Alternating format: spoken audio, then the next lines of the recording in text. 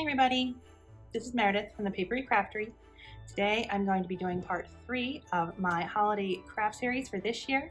We're going to be making a very traditional Christmas plant, the poinsettia. As far as supplies go, you can use any number of colors for your poinsettia. They do come in different shades. For this project, I'm just going to be using a classic red. I'm also going to be adding some yellow later on, so I do have this pale yellow. The majority of this project is going to be made on a quilling comb, so you want to grab one of those and also a needle tool. I would recommend that over a slotted tool for this one. Any kind of glue that you prefer. I just have a standard white glue and a needle nose container. A work board is helpful, and then tweezers may come in handy at the end.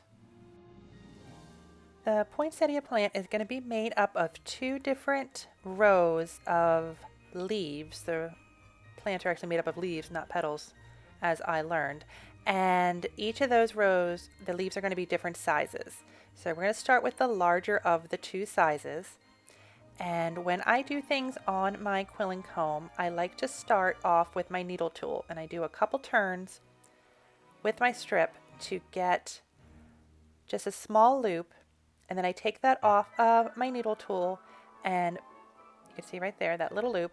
When you put that on your quilling comb, it just sort of gives it an anchor to start with so that your strip isn't sliding around. It's easier to get started. And what we're going to be doing is putting that right around the middle, where however many tines your tool has, somewhere around the middle, with the strip hanging towards the back.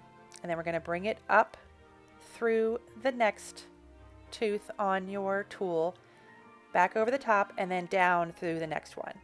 And then back around the bottom, up with one over, and then across the top, and then adding one more every time. So that's the third on either side, coming back around, adding one more on either side. That's the fourth one. What we're going to be doing for this part, like I said, this is the larger of the 2 size petals. It's hard to see there because this paper is a little dark, but there's the loop that I started with, and then 4 teeth on either side of that. I went up and over every single time. And tear off any extra and add some glue to secure. This is the back that I tore off, by the way, in case I went a little quick on that part. I'm going to show this again in a moment. Let that sit for a second, and then you can pull that right off of your tool, and it should look something like that.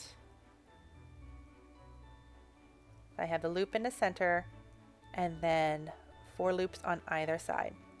And then there's also the smaller size, so we're going to do it exactly the same way, except we're not going to be going around as many teeth on the quilling tool. So I start with the loop somewhere in the center with the strip in the back, go up next to the center loop, back over, and go down, adding one more on either side. And this time, instead of 4 loops on both sides of the center, we're going to be doing 3. So it's going to end up being a little bit smaller. So there's the one in the center, and then 1, 2, 3 on either side. If this is still moving a little bit fast for you, or if you're still, maybe you've never used a quilling comb before, I do have a basics of the quilling comb video that I'm going to link to, and I'll also leave the link to that down in the description box of this video. So if you're having trouble with these steps, you might want to start there. And then I also have a sunflower video that uses almost these same exact steps. I'm going to link to that down below as well. So there is the 3 loops around the center for the smaller leaves. And now each leaf is actually made of 3 of those, whatever size, 3 each. And then you're going to want to put those 3 together. So to do that, take one of the shape that you just made on the quilling comb, add some glue to the side, and then you're going to put the next one on. Right now I'm just kind of holding them together. I'm not really forming them. You do want to make sure you're putting some glue from end to end. You don't want to ignore the end, because after you have 3 stacked, you're going to pinch both sides, and that is going to give you the shape that you are looking for. So that is one of the leaves. You can see right there. And then you're going to do the same thing. The smaller leaves are going to be made the same way. A little bit of glue all the way end to end, and then start stacking. Once you have them all stacked, you're going to pinch both sides.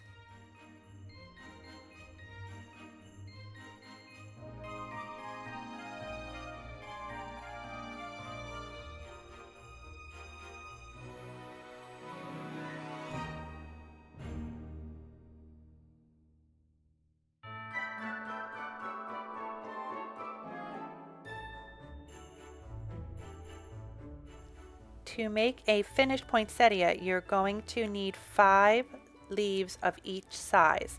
So you're actually going to need to make 15 of each size on your quilling comb. And then you're going to put them together in a sort of a star pattern. So here are the larger of all the leaves. So I made 5 and kind of just put them in a star type shape. And then I'm going to do the same thing with the small ones.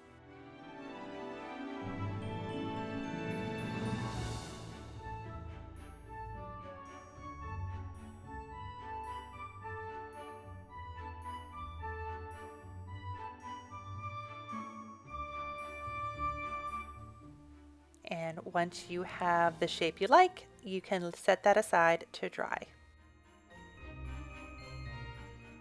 While they dry, you can start making what's pretty much going to be like the pollen on the inside of the plant, and with that pale yellow, that's what you're going to use for this part. And we really just need 7 1-inch pieces. So I'm not measuring these, I'm just sort of guessing 1 inch and tearing off 7. And with my needle tool, I'm just going to roll this end to end, add a little bit of glue, and then seal them up. Just making some tiny little tight coils, or pegs as they're known, and that's what we're going to be using just to add a little extra color to this poinsettia.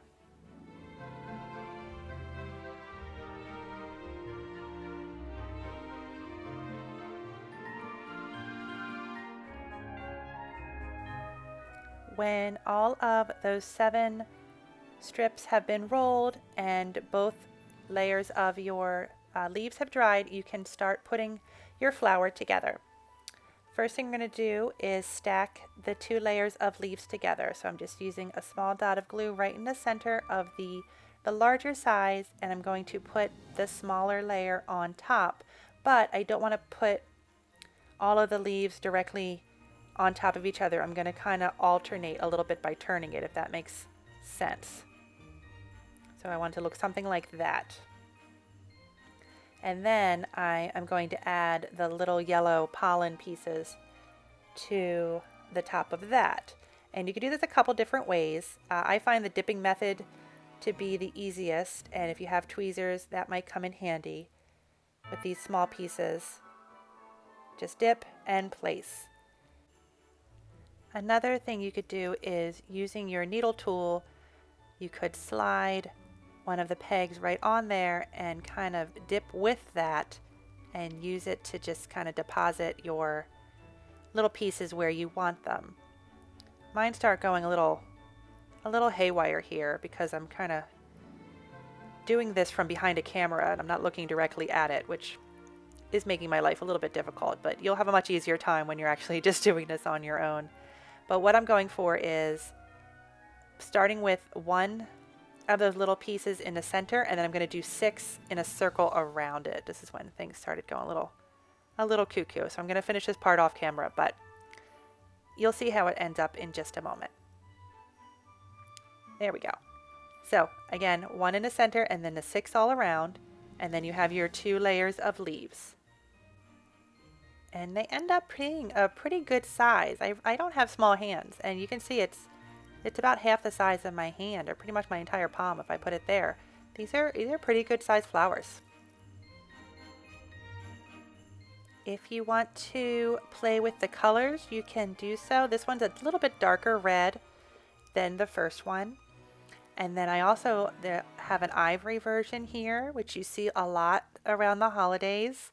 Sort of that snowy, lacy look. And then I think the pink ones are really pretty. This is a pale pink paper, and I really like that one. I think that's my favorite. You can use these on cards or any type of holiday decor that you'd like. I've turned a few of them into ornaments by just putting a little paper loop on the top. So that's another way you can go. If you're planning on using your poinsettias to turn them into ornaments, I'm going to drop a link in the description box down below for this video, and it'll direct to a post on my website where I showed an easy way to make little loops so you can hang them from any tree that you want. And as always, I would love to hear any ways you're planning on using these projects. So if you leave a comment, I will definitely read it and I will respond as soon as I can. And I'd love it if you could like and subscribe to the channel so you don't miss the next video.